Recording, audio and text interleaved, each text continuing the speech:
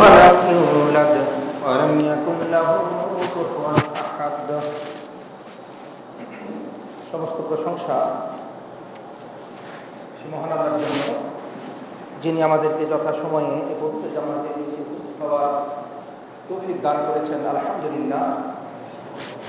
তারপর তারিখের হাবিব সৈয়দুল মুরসালিন খতামুন নবিয়্যিন, মানবতার মুক্তির দূত হযরত মুহাম্মদ মুস্তাফা সাল্লাল্লাহু আলাইহি ওয়াসাল্লাম, তারপর শতক দুরূদ সালাম পড়তে দরুদ সাল্লাল্লাহু আলাইহি ওয়াসাল্লাম।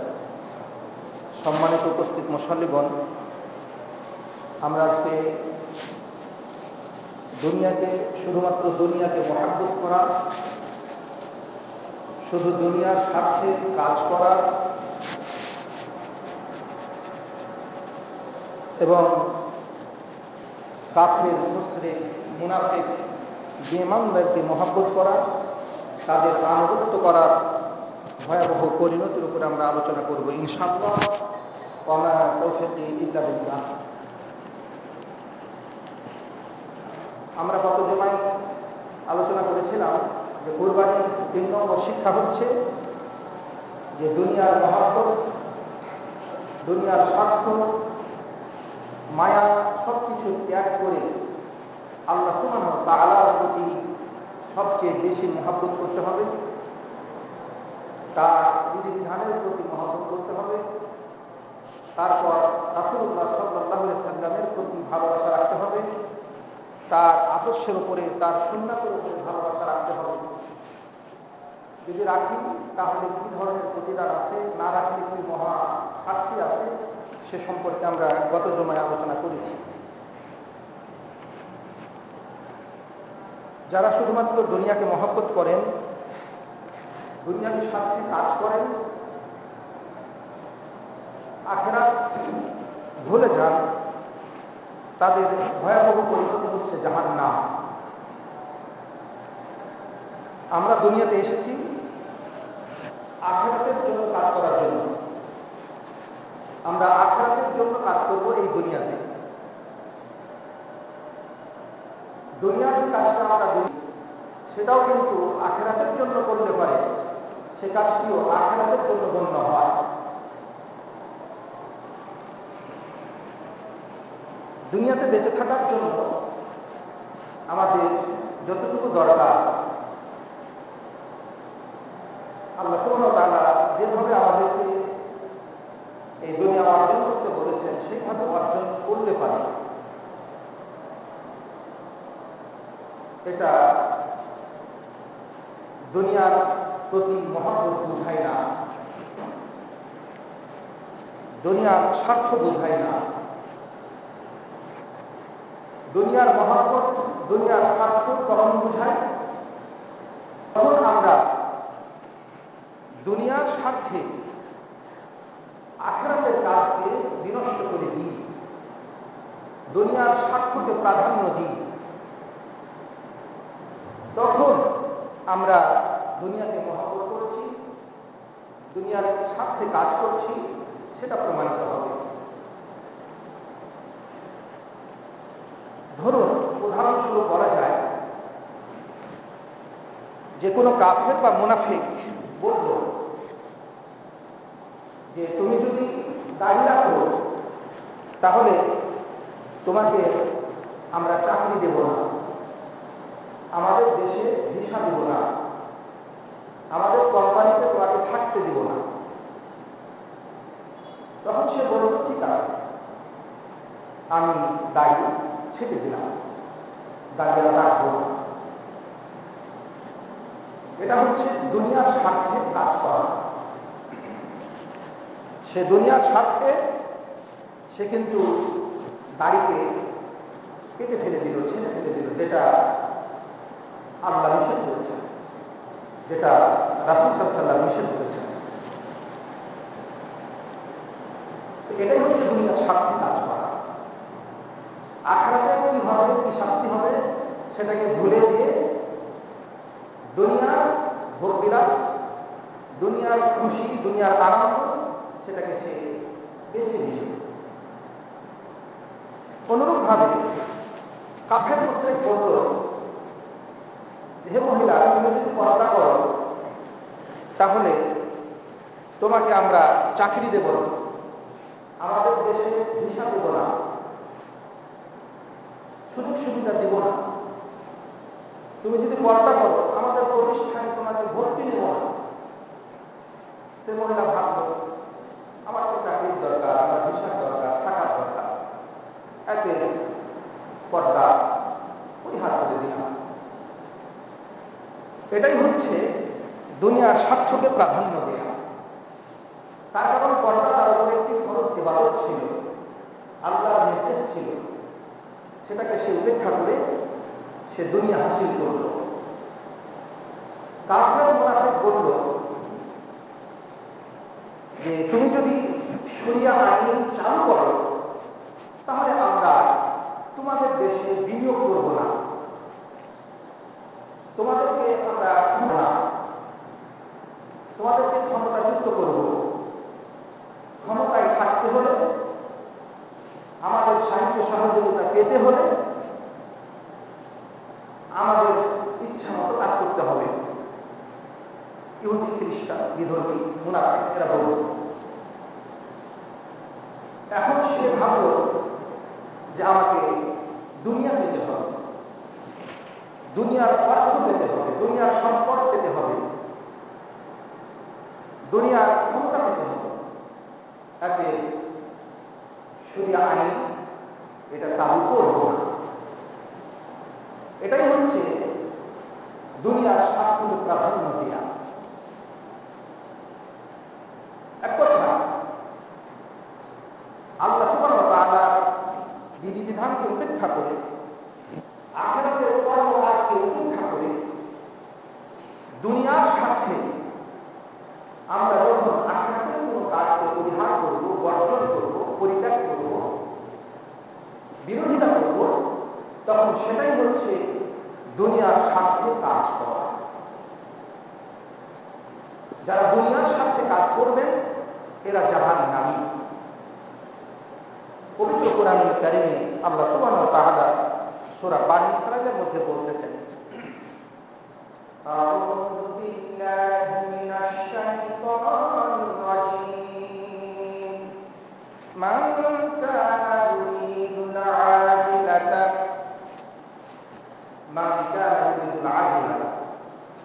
যারা তাড়াতাড়িটা চায়, এই দুনিয়ার পাওনা যেটা সেটা হলো নগদ পাওনা, তাড়াতাড়ি পাওনা।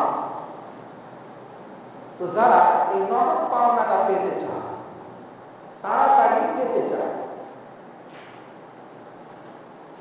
অনেকে বলে যে নগদ যেটা সেটা না, বাকি যেটা সেটা থাক। দুনিয়াটা হচ্ছে নগদ, এজন্য নগদটা নিতে হবে। আখিরাতে ওটা বাকি, কি পাবো না পাবো ওটা বাকি, ওটা শূন্য থাক। এটা হচ্ছে বেঈমানদের কথা, আখিরাত অবিশ্বাসীদের কথা, শয়তানের কথা। আল্লাহ সুবহানাহু ওয়া তাআলা বলছেন যে যারা তাড়াতাড়ি প্রতিদানটা চায়, তাড়াতাড়ি প্রতিদান সেটা দুনিয়ার প্রতিদান। আল্লাহ বলছেন আজ্জালনা লাহু ফিহা মা নাশাউ লিমান নুরিদ।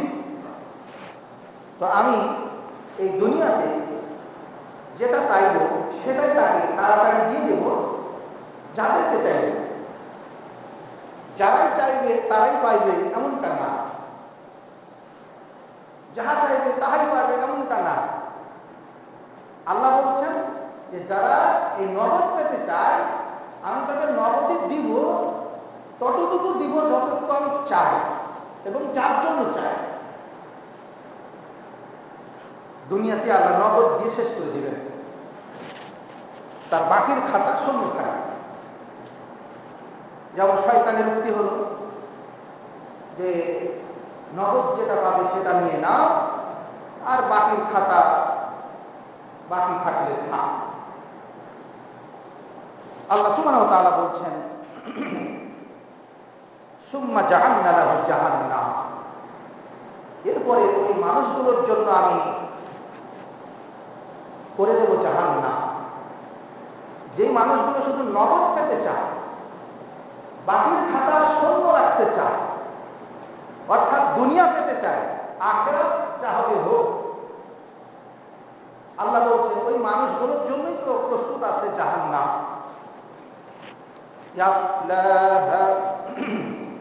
তারা সেখানে প্রবেশ করবে।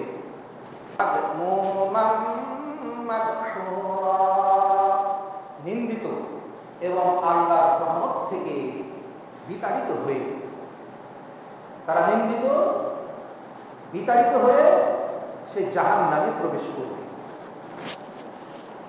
পক্ষান্তরে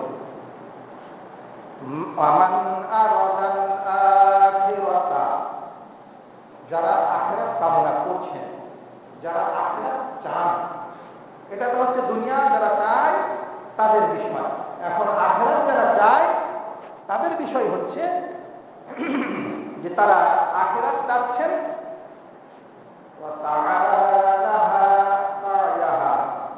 এবং আখিরাতের জন্য চেষ্টা চালিয়ে যাচ্ছেন। আখিরাত অর্জনের জন্য, আখিরাতের জীবনের শান্তির জন্য চেষ্টা চালাচ্ছেন, কোশিশ করছেন।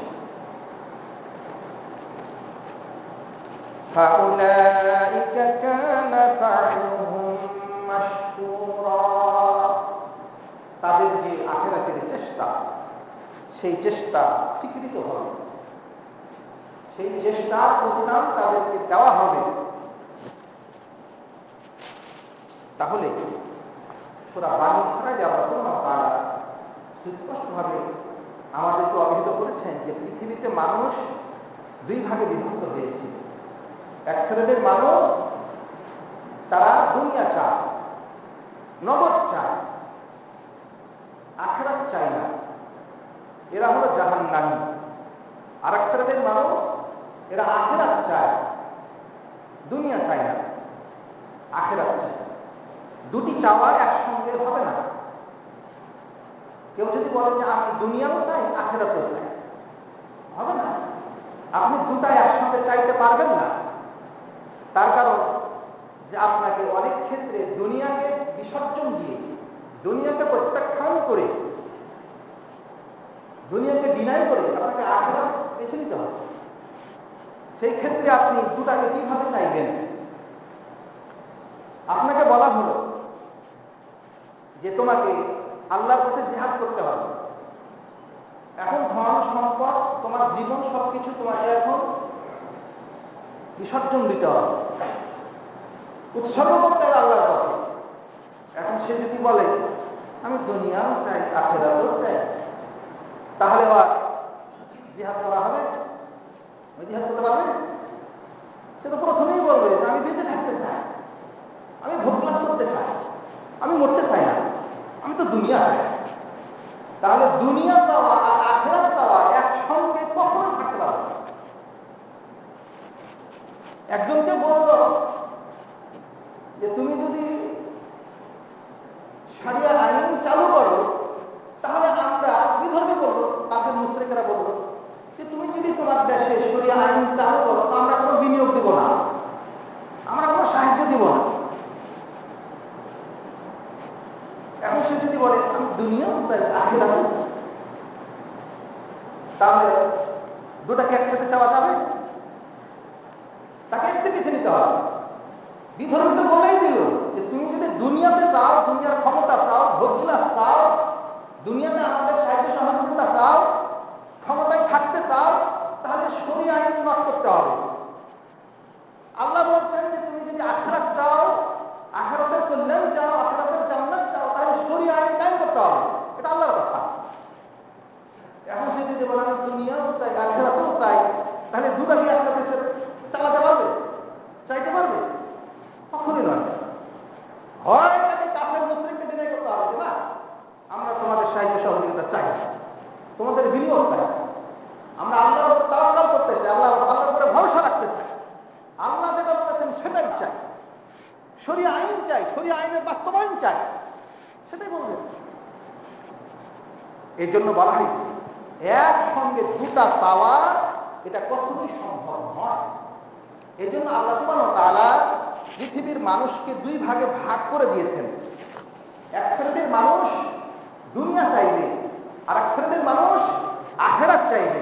আপনি এখন কোন শ্রেণীর মধ্যে আপনি যেতে চান, আপনাকে সেটা বেছে নিতে হবে যে আমি দুনিয়া চাওয়া মানুষদের মধ্যে থাকবো না আখেরাত চাওয়া মানুষদের মধ্যে থাকবো। যে আখেরাত চাওয়া মানুষদের মধ্যে থাকতে চান তাহলে আপনাকে দুনিয়া বিসর্জন দিতে হবে, আপনাকে দুনিয়া ত্যাগ করতে হবে, আপনাকে দুনিয়ার মোহ পরিত্যাগ করতে হবে, দুনিয়া বিসর্জন দিতে হবে। একসঙ্গে দুটাই থাকবে, এটা কখনোই কশ্চিৎ কালেও হবে না। এই জন্য রাসূলুল্লাহ সাল্লাল্লাহু আলাইহি সাল্লাম বলেছেন, আবু মুসা আশআরী বলছেন, মান আহাব্বা দুনিয়াহু আজাররা বিআখিরাতিহি, যে ব্যক্তি দুনিয়াকে মহব্বত করলো সে আখিরাতকে ক্ষতিগ্রস্ত করলো। তাহলে দুনিয়াকে মহব্বত করবেন, আখিরাতকে মহব্বত করবেন, দুটি মহব্বত একসঙ্গে হবে? কখনই হবে না।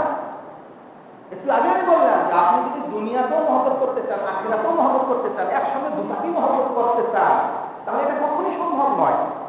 আল্লাহ আপনার কাছে জীবন চাচ্ছে যে তুমি যদি আখিরাতের কল্যাণ চাও, জান্নাত চাও, তবে জিহাদে যেতে হবে।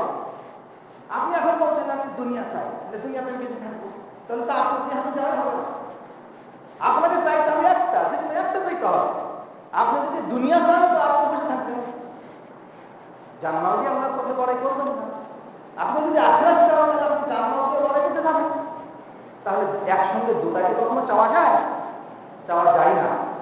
এই জন্য আল্লাহর নবী বলতেছেন, হাদিস সহিহ হাদিস, সহিহ তারগিবের 3247 নম্বর হাদিস, রাসূল বলছেন, যে ব্যক্তি দুনিয়া মহব্বত করলো সে ব্যক্তি আখিরাতকে ক্ষতিগ্রস্ত করলো। দুনিয়াকে মহব্বত করলে আখিরাত ক্ষতিগ্রস্ত হবে। অনুরূপ ভাবে রাসূল বলছেন, মান আহাব্বা আখিরাতাহু, যে ব্যক্তি আখিরাতকে মহব্বত করলো আযাররা বিদুনিয়াহু, সে দুনিয়া ক্ষতিগ্রস্ত করলো। তাহলে আখিরাত মহব্বত করলে দুনিয়া ক্ষতিগ্রস্ত হবে। দুনিয়ার ক্ষতি আপনাকে মেনে নিতে হবে। আপনি যদি দুনিয়ার ক্ষতি মেনে নিতে প্রস্তুত না থাকেন তাহলে আখিরাত মহব্বত করতে পারবেন না। দুনিয়ার ক্ষতি আপনাকে মেনে নিতে হবে। কোন শয়তান আপনাকে বললো যে তোমার দাড়ি থাকলে তুমি আমার এই কোম্পানিতে চাকরি করতে পারবা না। আপনি যদি আখিরাতকে মহব্বত করেন, আপনি তার চাকরি ছেড়ে দিবেন। তোমার কোম্পানিতে চাকরি না করলে আমার হবে, আমি পেট ফেলে খাবো, আমি রেখা দিয়ে খাবো, আমি বাদাম বেঁচে খাবো, দুনিয়াতে অসংখ্য পুঁজির পথ আছে, সেটা করবো আমি, তোমারটা করবো, ছেড়ে দিন আপনি। তাহলে যে ব্যক্তি আখিরাত মহব্বত করবেন, দুনিয়াতে তার ক্ষতিগ্রস্ত হওয়ার সম্ভাবনা আছে। দুনিয়াতে ক্ষতিগ্রস্ত হওয়ার সম্ভাবনা আছে। আখিরাত মহব্বত করবেন, দুনিয়াতে ক্ষতি হবে না, এটা কখনোই কল্পনা করা যায় না। এটা তার নবী নাকচ করে দিয়েছে যে আখিরাত মহব্বত করবে আর দুনিয়ার ক্ষতি হবে না, সেটা কখনোই হবে না। যে ব্যক্তি দুনিয়া মহব্বত করবে আখিরাত ক্ষতিগ্রস্ত হবে, যে ব্যক্তি আখিরাত মহব্বত করবে দুনিয়া ক্ষতিগ্রস্ত হবে। এই জন্য রাসূল বললেন, ফাআসিরু মা ইয়াবকা, যেটা তোমার চিরস্থায়ী হবে সেটাকে তুমি প্রাধান্য দিও, আলা মা ইয়াফনা, যা হয়ে যাবে, ধ্বংস হয়ে যাবে। যেটা ধ্বংস হয়ে যাবে সেটার ওপরে যেটা ধ্বংস হবে না সেটাকে তুমি প্রাধান্য দিও। সেটা কি? সেটা আখিরাত, আখিরাতের জীবন। দুনিয়ার জীবন ধ্বংস হবে, দুনিয়ার সম্পদ ধ্বংস হয়ে যাবে। আপনি দুনিয়াতে এসেছেন কয়দিনের জন্য? আপনার এই প্রাণবায়ুটা যতদিন, নিঃশ্বাসটা যতদিন, শ্বাস প্রশ্বাসটা যতদিন যাওয়া আসা করছে, ফুসফুস যতদিন কাজ করছে, ততদিন তো নাকি? তারপরে তো ফানা হয়ে যেতে হবে, মরে যেতে হবে। মরার পরে কবর আছে, কবরের পরে হাজর নাসর আছে, তারপরে জাহান্নাম আছে। সেটাই তো আসল। আপনি যখন কিয়ামতের দিন পুনর্জীবিত হয়ে গেলেন, তখন তো আর মৃত্যু নেই। লক্ষ কোটি বছর পেলেও যে জীবনের কোনো অন্ত নেই, কোনো শেষ নেই, সেই জীবনে আপনাকে পদার্পণ করতে হবে। সেটাই হচ্ছে ইয়াবকা, চিরদিনের জন্য। এই জন্য রাসূল সাল্লাল্লাহু আলাইহি ওয়াসাল্লাম বলছেন, যেটা তোমার চিরদিনের জন্য থাকবে। আপনি দুনিয়াতে যে গাড়ি বাড়ি করছেন, ধন সম্পদ করছেন, কতদিনের জন্য সেটা করছেন? আপনার জীবন পর্যন্ত। আপনি সেখানে আছেন কয়দিন আছেন? আপনার জীবন যতদিন আছে ততদিন তো। আপনি মরে গেলে আপনাকে কেউ রাখবে? আপনার বাসাতে কেউ রাখবে? আপনি বিশাল বিল্ডিং তৈরি করেছেন, আপনি স্বর্ণ দিয়ে বাড়ি তৈরি করেছেন ধরে নেন, সেই স্বর্ণের বাড়িতে আপনি যদি মরে যান আপনাকে রাখবে কেউ? সঙ্গে সঙ্গে মাটিতে খুঁজবে আসে, বাড়ির মধ্যে আপনাকে রেখে দিবে না, তার কারণ দুর্গম ধ্যান থাকা যাবে না। এই জন্য আপনাকে কয়েকদিন লাগবে। এই জন্য আপনি যে আসল ঠিকানা যেটা সেটা হলো জান্নাতের ঘর, জান্নাতের প্রাসাদ, জান্নাতের বাড়ি। যে আমল আপনি দুনিয়াতে করছেন সে আমলের জন্য আপনি জান্নাতের প্রাসাদ পাচ্ছেন, বাড়ি পাচ্ছেন। সে বাড়িও আপনার চিরদিনের জন্য থাকবে। এই জন্য রাসূল সাল্লাল্লাহু আলাইহি ওয়াসাল্লাম বলছেন, যেটা তোমার জন্য চিরদিনের জন্য থাকবে সেটাকে তুমি প্রাধান্য দিবে, যেটা ধ্বংস হয়ে যাবে সেটাও করে। দুনিয়ার জীবন ধ্বংস, দুনিয়ার সম্পদ ধ্বংস, এই পৃথিবী ধ্বংস, এই পৃথিবীর সামান্যতম মূল্য আল্লাহর কাছে নাই। আমরা এমন পৃথিবীর বাসিন্দা যে পৃথিবীর মূল্য একেবারে তুচ্ছ, একেবারে নগণ্য, যেটা একটু পরে বলতেছি। রাসূল এই দুনিয়ার মূল কি বলেছেন একটু পরে আমরা সেটা জানার চেষ্টা করছি। বলতেছিলাম দুনিয়া কামনা, দুনিয়ার ইচ্ছা, দুনিয়ার বাসনা, দুনিয়ার জীবনের ভালোবাসা আর আখিরাতের কামনা, আখিরাতের জীবনের ভালোবাসা একসঙ্গে থাকতে পারে না। আপনাকে সবসময় আখিরাতের জীবনের প্রাধান্য দিতে হবে। এই জন্য রাসূল সাল্লাল্লাহু আলাইহি ওয়াসাল্লাম বলেছেন যে, আবু মালিক আশআরী হাদিসটি বর্ণনা করছেন, সহিহ তারগীব গ্রন্থে হাদিসটি এসেছে 3248 নম্বর হাদিস সহিহ রয়েছে। সেখানে রাসূল বলছেন, হুলওয়াতুদ দুনিয়া মুররাতুল আখিরাহ। দুনিয়ার হুলওয়া মিষ্টতা, দুনিয়ার মিষ্টতা, মুররাতুল আখিরাহ আখিরাতের তিক্ততা, ওয়া মুররাতুদ দুনিয়া আর দুনিয়ার তিক্ততা আখিরাতের মিষ্টতা। কি বুঝলেন? দুনিয়াকে যদি আপনি মিষ্টি মনে করেন যে দুনিয়াটা আমার কাছে মিষ্টি, তাহলে আখিরাত হয়ে যাবে আপনার কাছে তিতে। আর যদি মনে করেন আখিরাত আমার কাছে মিষ্টি, তাহলে দুনিয়া হয়ে যাবে তিতা। আপনি যদি দুনিয়াকে মিষ্টি মনে করেন আখিরাত তিতা হয়ে যাবে। দুনিয়াকে মিষ্টি মনে করলে আখিরাত তিতা হয়ে যাবে। তার মানে কি? যে আপনি দুটা মিষ্টি একসঙ্গে খেতে পাবেন তা পাবেন না। আপনি মনে করছেন দুনিয়ার মিষ্টিও খাবো, আখিরাতের মিষ্টিও খাবো, দুই মিষ্টি একসঙ্গে খাওয়া যাবে না। আখিরাতের মিষ্টি খেতে হলে দুনিয়াতে আপনাকে তৃপ্ততা ভোগ করতে হবে। আর যদি আপনি আখিরাতের তৃপ্ততা পেতে চান, আখিরাতের মিষ্টিতে পেতে চান, দুনিয়াকে আপনাকে তিতা ভাবতে হবে। দুনিয়ার মায়া, মহব্বত, ভালোবাসা, এগুলো সব কিছু বর্জন দিতে হবে।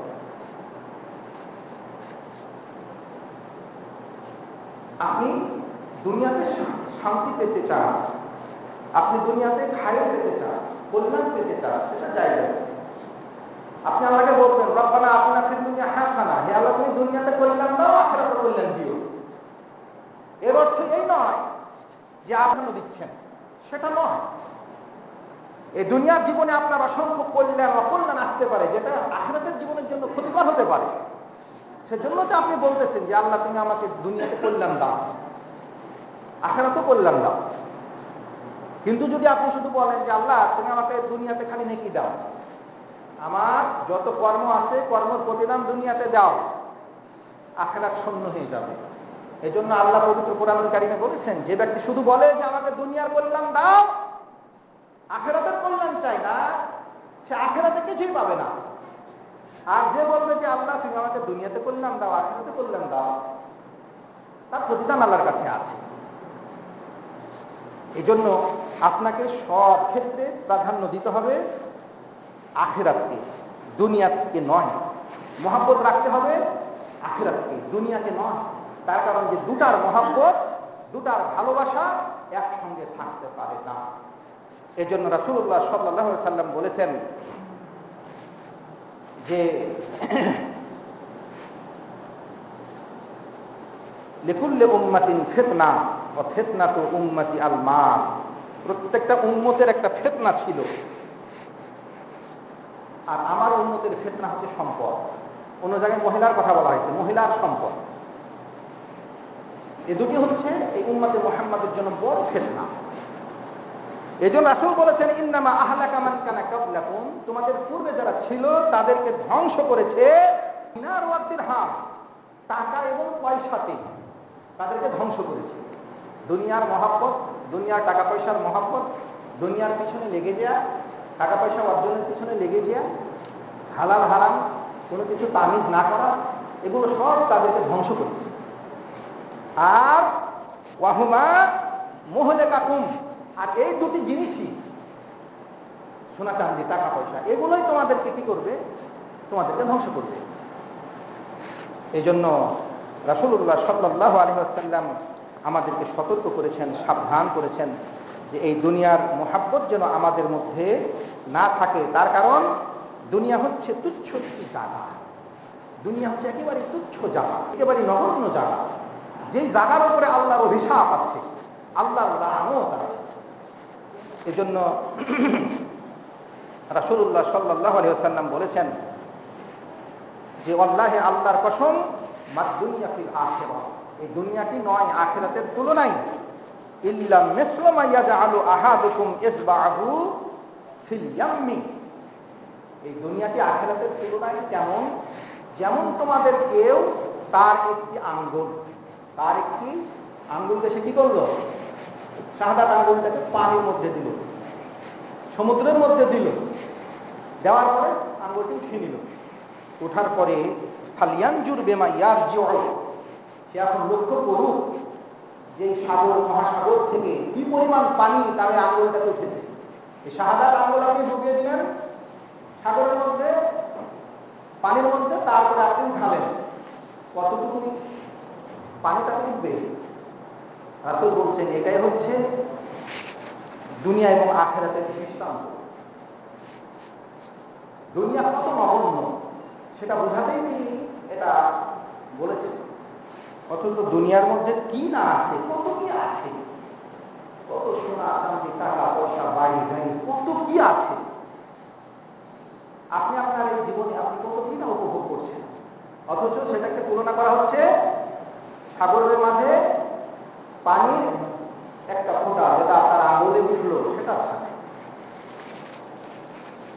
এই জন্য রাসূলুল্লাহ সাল্লাল্লাহু আলাইহি ওয়াসাল্লাম দুনিয়ার তুচ্ছতা, দুনিয়ার নগণ্যতা বুঝাতে রাসূল সাল্লাল্লাহু আলাইহি ওয়াসাল্লাম অনেক উপমা দিয়েছেন, অনেক উদাহরণ দিয়েছেন, যাতে করে তার উম্মত বিষয়টা অনুধাবন করতে পারে।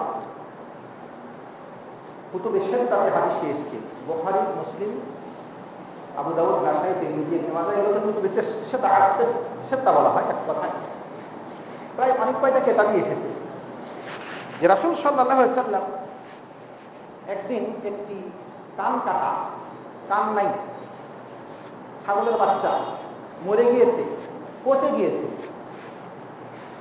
ছাগলের মালিক ওটাকে ফেলে দিয়েছে। তো রাসূল বললেন যে তোমাদের কে ওটাকে 1 দিরহামে কিনবে? তো সাহাবীরা বললেন 1 দিরহামে কেনার তো কোনো প্রশ্নই আসে না, তার কারণ সে তো মরে গেছে, আবার পচে গেছে, আবার ছাগলের একটা বাচ্চা, তারপর আবার কান নাই। তো সাহাবীরা বললেন সেটা যদি বেঁচে থাকতো তারপরেও কিন্তু এটা কিনতে কেউ আগ্রহ হতো না, তার কারণ যে তার কান নাই, কুরবানি দেওয়া যাবে না, বিভিন্ন কাজে ব্যবহার করা যাবে না, দেখতে খারাপ লাগবে। তো এখন তো সে মরে গেছে, পচে গেছে, গলে গেছে, এখন ওটাকে 1 দিরহামে কে কিনবে? আর গোশত তো খাওয়া যাবে না, চামড়াটা নেওয়া যাবে খালি। আমরা জানি যে মরা প্রাণী যেগুলোর গোশত খাওয়া হালাল, সেটা চামড়াকে আপনি দাবা গেলে পাক হয়ে যায়, এটা নিতে পারে, যে ওটাকে দাবাগাত দিয়ে পাকিয়ে আপনি ব্যবহার করতে পারেন, তবে অন্য কিছু আর পারবেন না, তার গোশত বা ইত্যাদি এগুলো যাবে না, চামড়াটা শুধু। এখন এই পচা জিনিসের চামড়া কে নিবে, কিনবে কেন? তো সাহায্য করলেন। তো রাসূল বললেন যে দেখো, এই যে ছাগলের মালিকের কাছে তার এই ছাগলটি, পচা ছাগলটি যেটা মরে গিয়েছিল ফেলে দিয়েছে, সেটা তার কাছে যত নগণ্য, এই পৃথিবীটা আল্লাহর কাছে তার চাইতে বেশি নগণ্য। পৃথিবীর নগণ্য বোঝানোর জন্য, নগণ্যতা বোঝানোর জন্য, তুচ্ছতা বোঝানোর জন্য এটা একটা উদাহরণ দিলেন তিনি। আর একটা উদাহরণ তিনি দিয়েছেন, জহাব বিন সুফিয়ান বলতেছেন যে রাসূল সাল্লাল্লাহু আলাইহি সাল্লাম আমাকে বললেন যে হে জহাব, মা তো আমুক, তোমার খাদ্য খাবার কি, মানে তুমি কি খাও? তো জহাব বললেন যে আল-লাহমু ওয়াল-লাবান, গোশত খায়, তারপরে আপনার দুধ খায়। তো রাসূল বললেন সুম্মা ইয়াসিরু ইলা মাজা, তুমি যেটা খাও, যে গোশতটা খাও, দুধটা খাও, সেটা পরিশেষে কি হয়ে যায়, পরিশেষে ওটা কি হয়ে যায়? তো রাসূলের কথা শুনে জহাব বললেন যে এলা মা কদ আলিমতা, মানে ওই খাদ্যটা, খাবারটা কি হয়ে যায় সেটা তো আপনি জানেন, পেটের মধ্যে যে কি হয়। আপনি যত ভালো দামি জিনিস খান না কেন, পোলাও খান আর গোস্ত খান আর যা কিছু খান, সেটা পেটের মধ্যে যে কি হবে, পায়খানা হবে তো নাকি? তো যেটা হয় সেটা তো আপনি জানেন, সেটা পায়খানা হয়।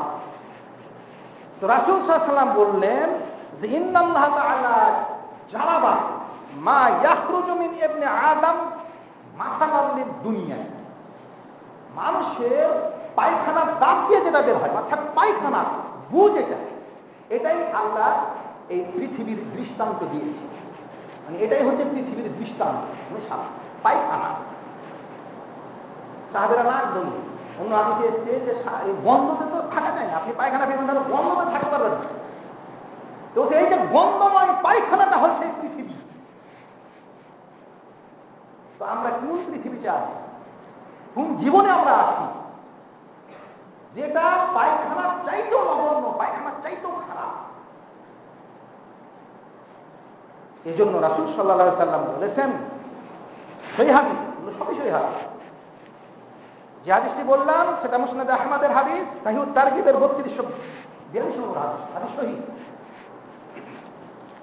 আর কি হাদিসে আছে, তিরমিজির হাদিসে আছে, রাসূল বলছেন যে লাউ কানাতিদ দুনিয়া তাআদুলু ইনদাল্লাহি জানাহা বাউজা, এই পৃথিবীর মূল্যটা, পৃথিবীটা যদি আল্লাহর নিকটে মশার ডানার সমতুল্য হইত, মশার ডানা, যে মশা আপনাকে কামড়ায়, বিরক্ত করে, সে মশার ডানা, আপনি একটা মশাকে মারবেন, মারে তার ডানাটা, পাখা যেতে যে সে উঠতেছে, সেটার কি মূল্য আছে? তো আল্লাহ নবী বলছেন যে সেটা যদি একটা পাখার ডানার মূল্য সমতুল্য হতো, এই দুনিয়াটা কার কাছে? আল্লাহর কাছে। আল্লাহর কাছে দুনিয়ার মূল্যটা কত নগণ্য, কত তুচ্ছ, কত ঘৃণিত। আর কি উদাহরণ দিয়ে আপনাকে আল্লাহ নবী বুঝাবেন? আল্লাহ নবী বললেন যে একটি পাখার ডানা সমতুল্য যদি আল্লাহর কাছে হইত, তাহলে বোঝা গেল যে মশার পাখারও একটা মূল্য থাকতে পারে। সেই মূল্যটাই দুনিয়ার নাই, সেটা যদি থাকতো, তাই বলা হচ্ছে, তার মানে মশার পাখার মূল্য পরিমাণও এই পৃথিবীর মূল্য না। তো সেই মূল্য যদি থাকতো, তো মা সাকা কাফেরান মিনহা শরবা, তাহলে আল্লাহ তাআলা এই পৃথিবীতে একজন কাফেরকে এক ঢোক পানি পান করতে দিতেন না। তাহলে পৃথিবীর মূল্য যেহেতু আল্লাহর কাছে নাই, পৃথিবী যেহেতু পায়খানা তুল্য, পৃথিবী যেহেতু একটা মরা পচা গলিত একটা নগণ্য একটা ছাগলের বাচ্চা তুল্য, পৃথিবীর যেহেতু আল্লাহর কাছে একটা মশার ডানার পরিমাণও নেই, সেজন্য এই পৃথিবীতে কাফেরেরা খেতে পাচ্ছে, কাফেরেরা করতে পারছে, কাফেরেরা সুযোগ পাচ্ছে, সুবিধা পাচ্ছে। এই জন্য রাসূল সাল্লাল্লাহু আলাইহি ওয়াসাল্লাম বলেছেন যে এই দুনিয়াটা হচ্ছে কাফেরদের জন্য জান্নাত। যত ভোগ বিলাস সুখ স্বাচ্ছন্দ্য আল্লাহ কাফেরকে দুনিয়াতে দিবে, মুমিনের জন্য এই দুনিয়ার সুখ স্বাচ্ছন্দ্য, দুনিয়ার ভোগ বিলাস, এটা মুমিনের জন্য, মুসলমানের জন্য দুনিয়াতে না, চিরদিনের জন্য সুখ শান্তির জায়গা তো জান্নাত রাখা হয়েছে মুমিনের জন্য। সেখানে তারা আজীবন তারা সেখানে সুখ শান্তি ভোগ করবে। এই দুনিয়ার জীবনে আপনি যা কিছু করছেন, যা কিছু কামাই করছেন, বাড়ি করছেন, ঘর করছেন, সম্পদ করছেন, সেটা তো স্বাভাবিক কয়েকদিনের জন্য, আখিরাতের যে জীবনের জন্য আপনি যা কিছু করবেন সেটা আপনার অনন্তকালের জীবনের জন্য, যে জীবনের কোনো শেষ নেই। আপনি আব্দুল্লাহ, আপনি সলিমুল্লাহ, আপনি খালেদ, আমি আফতাবউদ্দিন, আপনারা যার যে চেহারা আছে সেই চেহারা নিয়েই কিন্তু হাসপাতাল ঘুরবেন, সবাই সবাইকে চিনতে পারে। এমন না যে আমি আফতাবউদ্দিন হয়ে গেলাম অন্য কেউ, আপনি সলিমুল্লাহ হয়ে গেলেন অন্য কেউ, তা না। নিজ নিজ চেহারা নিয়ে সবাই হাসপাতাল মাঠে নিজ নিজ চেহারা নিয়ে উঠবে, সবাই পরস্পর পরস্পরকে চিনতে পারবে। মুমিনেরা মুমিনের জন্য পরস্পর বন্ধু থাকবে, আর কাফের মুশরিকরা দুনিয়াতে যারা পাপের কারণে পরস্পরের বন্ধু ছিল তারা সবাই শত্রুতে পরিণত হবে। যত আপনার অন্যায়ের পার্টনার আছে, মদখোরের পার্টনার, চুরির পার্টনার, জেনার পার্টনার, যত পার্টনার আছে অন্যায়ের পার্টনার, সব পার্টনার পরস্পরে শত্রুতে পরিণত হবে। পরস্পর পরস্পরের জন্য আল্লাহর কাছে লানত কামনা করবে, অভিশাপ কামনা করবে, শাস্তি কামনা করবে। আর যারা মুমিন তারা পরস্পর বন্ধুতে পরিণত হবে। যেমন তারা দুনিয়াতে পরস্পর বন্ধু, আখিরাতেও বন্ধু। এটা হচ্ছে দুনিয়া। তাহলে দুনিয়ার মূল্য একেবারেই নগণ্য, দুনিয়ার কোনো মূল্য নাই। এই জন্য রাসূলুল্লাহ সাল্লাল্লাহু আলাইহি ওয়াসাল্লাম বলেছেন যে আর দুনিয়া মালউনাতুন, এই দুনিয়া হচ্ছে লানতপ্রাপ্ত। এই দুনিয়াটাকে আল্লাহ লানত করেছে, যেটা লানতপ্রাপ্ত একটা জায়গা। মালউনুন মা ফিহা, দুনিয়াতে যাহা কিছু আছে সবকিছুই লানতপ্রাপ্ত। হাদিস সহিহ, ইবনে মাজাহর হাদিস, বাইহাকির হাদিস, বিভিন্ন গ্রন্থে হাদিসটি এসেছে। শাইখুল তারগিব নাসিরুদ্দিন আলবানী হাদিসটিকে নিয়ে এসেছেন 3244 নম্বর হাদিস। হাদিসে রাসূল স্পষ্টভাবে আমাদেরকে বলে দিয়েছেন যে দুনিয়া হচ্ছে অভিশপ্ত একটি জায়গা, দুনিয়াতে যা কিছু আছে সব অভিশপ্ত। তারপর তিনি বলছেন যে ইল্লা যিকরাল্লাহ, আল্লাহর জিকির ব্যতীত। দুনিয়াতে আল্লাহর জিকির ব্যতীত, আল্লাহর জিকির অভিশপ্ত নয়। আল্লাহর ইবাদত বন্দেগী যত কিছু আছে, আল্লাহর কিতাব, আল্লাহর কুরআন, হাদিস, যেগুলো আছে, জিকরুল্লাহ বলতে আমরা যা কিছু বোঝাই সেটা অভিশপ্ত নয়, যেটা দুনিয়াতে আছে। আর কি অভিশপ্ত নয়? ওয়ামা ওয়ালাহু, আল্লাহ যেটাকে পছন্দ করেন, আল্লাহ যেটাকে ভালোবাসেন। দুনিয়ার মধ্যে এমন কিছু জিনিস আছে যেটাকে আল্লাহ ভালোবাসেন। মুমিন মুত্তাকিনকে ভালোবাসেন, পরেশগারকে ভালোবাসেন, মসজিদকে ভালোবাসেন, ভালো কাজগুলোকে ভালোবাসেন। তো যেগুলোকে তিনি ভালোবাসেন সেগুলো অভিশপ্ত থেকে বাঁচল। ওয়ামা ওয়ালাহু, যা তিনি ভালোবাসেন। আল্লাহ ভালোবাসেন মসজিদগুলোকে। এই জন্য রাসূল বলেছেন যে পৃথিবীর বুকে সবচাইতে শ্রেষ্ঠ মুহাব্বতের জায়গা হচ্ছে মসজিদ। মসজিদগুলো হচ্ছে আহাব্বুল বিলাদ, এই জমিনের সবচেয়ে শ্রেষ্ঠ, আল্লাহর কাছে প্রিয় স্থান।